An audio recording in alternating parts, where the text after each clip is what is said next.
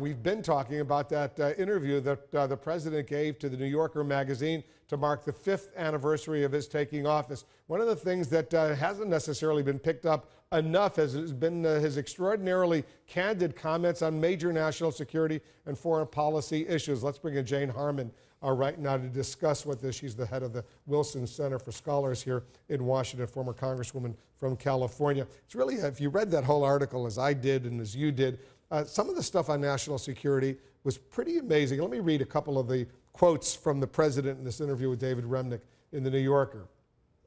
If a JV, a junior varsity, if a JV team puts on Lakers uniforms, that doesn't make them Kobe Bryant.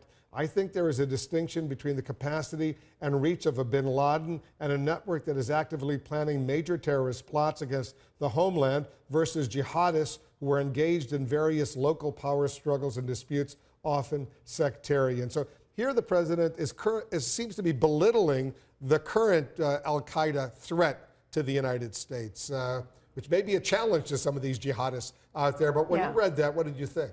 Well, I thought yes and no.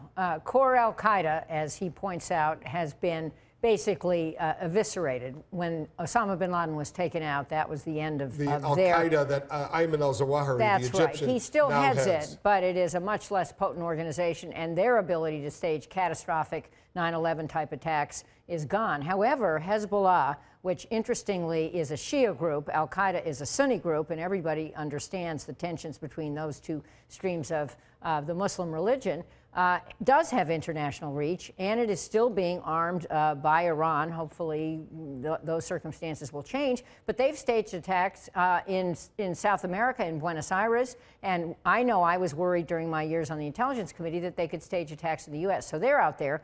And then there are some other very potent groups like the Islamic State in Iraq and Syria, ISIS, which is a really ugly mutant form of al-Qaeda, and they are destabilizing both Iraq and Syria at the moment and maybe could metastasize to other places. So it's a very complicated landscape. He had it partly right that core al-Qaeda is gone, but these other horizontally affiliated groups, these other al-Qaeda affiliated groups, whether in Iraq or Syria or elsewhere, they're still a huge, huge problem. Right.